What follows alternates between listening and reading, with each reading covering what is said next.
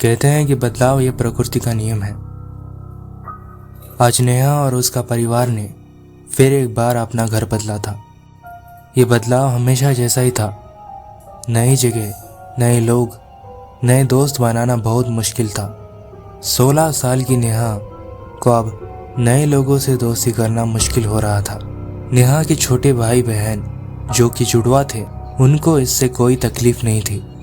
उल्टा वो तो खुश थे, कारण नई जगह आने के बाद उन्हें नए दोस्त मिलते। मगर नेहा शांत स्वभाव की लड़की थी। उसे दोस्त नहीं थे, मगर उसकी माँ बाप भी उससे अच्छे से बात नहीं करते।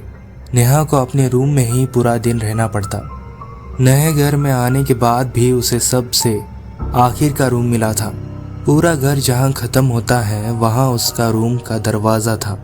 जब उसकी माँ ने उससे कहा वो रूम तुम्हारी है, ये सुनते ही नेहा काँप गई और उसने अपनी माँ से कहा मुझे वहाँ डर लगता है, मैं वहाँ अकेली पड़ जाऊंगी।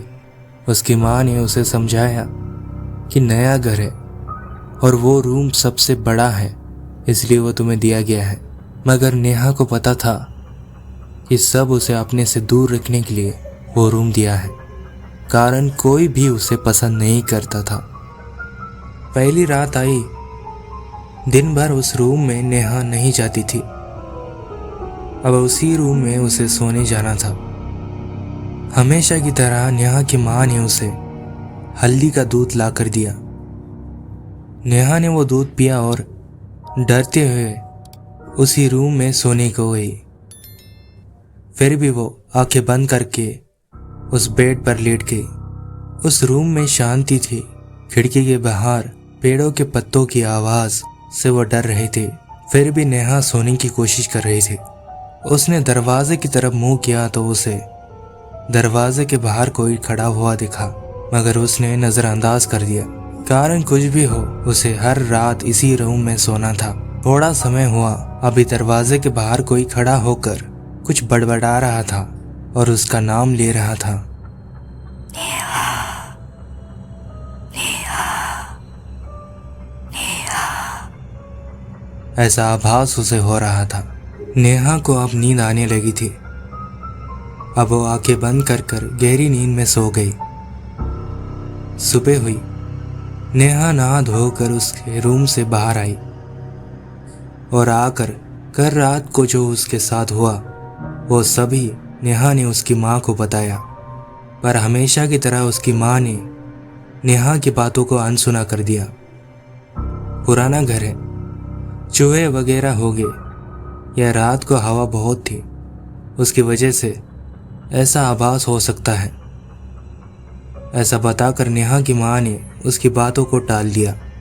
माँ के साथ बात करना ही बेकार है, ऐसा नेहा को पता था। दूसरा दिन कब आया और कब गया पता ही नहीं चला। उस रात नेहा को एक डरावना सपना आया कि उसे बेड से बांध रखा है। बेड के चारों तरफ लोग मंत्र पढ़ रहे हैं और नेहा के ऊपर कोई तो द्रव्य फेंक रहे हैं। नेहा हिल भी नहीं पा रही थी, चिल्लाने की कोशिश कर रही थी, मगर उसके मुंह से आवाज़ ही नहीं निकल पा रही थी। सभी नाश्ता करने के लिए टेबल पर आकर बैठ गए। नेहा भी शांति से वहां जाकर बैठ गई।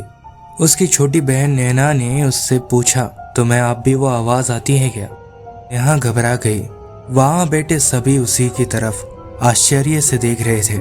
उसे भी अजीब लगा और उसने सिर हिलाकर हाँ कहा। नैना, उसकी माँ और उसके पापा एक दूसरे की तरफ इशारों में बात कर रहे थे। नेहा कुछ समझ नहीं पा रही थी। पूरा दिन उसने नाराजगी में निकाला। वो पूरा दिन सोचती रही कि घर वालों को कैसे समझाया जाए कि उसके रूम में कोई भूत, राक्षस जैसा कुछ है जो उसे बहुत ही तकलीफ दे रहा है। पर कोई भी उसकी बातों पर यकीन नहीं कर रहा था। ये पता था उसे। आखिर में नेहा को एक आइडिया आया कि आज वो घर के सारे देवी देवताओं की तस्वीर और मूर्ति लेकर सोएगी। भगवान उसे इस नेगेटिव एनर्जी से ज़रूर बचाएंगे, ऐसा विश्वास उसे था। सुबह वो देखती है कि सभी भगवान की मूर्तियाँ और तस्वीर फटी और टूटी हुई थी। ये देखने के बाद नेहा डर गई, पर उसे विश्वास था कि अब माँ उसकी बातों पर यकीन करेगी। नेहा जल्दी जाकर उसकी माँ को यहाँ ले आई। ये देखकर नेहा की माँ थोड़ी देर के लिए शांत खड़ी रही और हमेशा की तरह उन्होंने नेहा की बात को टाल दिया। शायद हवा की वजह से या तुमसे ये टूटी होंगी। नेहा अब तंग आ चुकी थी। वो उसकी माँ से बोली, तो घर की बाकी चीजें क्यों नहीं टूटी? पर इस पर भी उसकी माँ विश्वास नहीं किया और अपने काम पर वो चली गई। नेहा इन सब से परेशान हो गई थी। उसने स्कूल जाना भी बंद कर दिया था और दिन भर अपने रूम में रोती हुई बैठती। नैना, जो कि उसकी छोटी बहन, उसके रूम में गई। नेहा के हाथ पर हाथ रखकर वो बोली, आज सोते समय तुम मेरा पेट छोटा सा खरगोश, उसका नाम था लोशु, उसे लेकर सो जाओ, फिर तुम्हें डर नहीं लगेगा। नैना की मासूमियत देखकर नेहा को थोड़ी देर के लिए अच्छा लगा। हाथ में बैठने जितना वो खरगोश नेहा ने अपने हाथों में लिया और नेहा बोली, माँ को पता चला तो? अगर माँ को पता चला तो? तब उसकी बहन ने बोला, माँ को हम बताएंगे ही नहीं तो क्या पता चलेगा। ऐसा कहकर उसकी छोटी बहन वहाँ से चली गई। मुझे घर वाले नहीं पसंद करते, ये सोचते हुए उस खरगोश को पकड़कर नेहा सो गई। सुबह हुई तो वो खरगोश नेहा को कहीं नहीं मिल रहा था। उसे ढूंढते हुए वो ब्रेकफास्ट के टेबल पर आई। उसकी नज़र लोशु को ढूंढ रही थी। वो उसे कहीं नहीं दिख रहा था। सब टेबल पर बैठकर नाश्ता कर रहे थे। पोहा का पहला निवाला खाते ही नेहा को उल्टी जैसा महसूस हुआ। उसे कंट्रोल नहीं हुआ और उसने टेबल पर ही उल्टी कर दी। नेहा के मुंह से एक छोटा सा हाथ बाहर गिरा। वो हाथ और किसी का नहीं बल्कि उस छोटे खरगोश लोशु का था। नेहा वो देखकर चीख उठी। सभी टेबल पर से उठे और नेहा की तरफ देखने लगे। उसकी माँ ने नेहा के सिर पर हाथ रखा और कोई तो मंत्र पढ़ने लगी। नेहा की हालत खराब हो रही थी। वो बेहोश हो गई। उसके पिता ने उसे उठाया और बेड पर लाकर सुला दिया। नेहा की जब आँख खुली तब उसके हाथ बेड से बंधे हुए थे। शरीर पर भस्म था।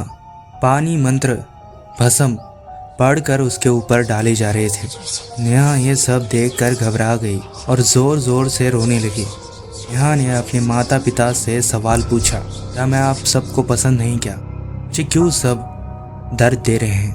मुझे ऐसे बांध कर क्यों रखा है? तब उसके परिवार वालों ने उससे बोला, तुम रोज रात को नींद में चलती हो, तुम्हारी आंखें खुली रहती हैं और तुम्हारा वो रौद्र रूप बहुत ही भयानक होता है। इतना ही नहीं, तुमने कई बार हम पर चाकू से हमला भी किया है। हमने सभी उपाय करके देखे, फिर भी उसका कोई भी फायदा तुम पर नहीं हुआ। इसलिए ना चाहते हुए हमें तुम्हारा रूम बाहर से बंद करके रखना पड़ता है। तुम्हें सबसे छुपा कर रखना पड़ता है। और इतना ही नहीं, हमें भी अपने रूम को अंदर से लॉक कर सोना पड़ता है।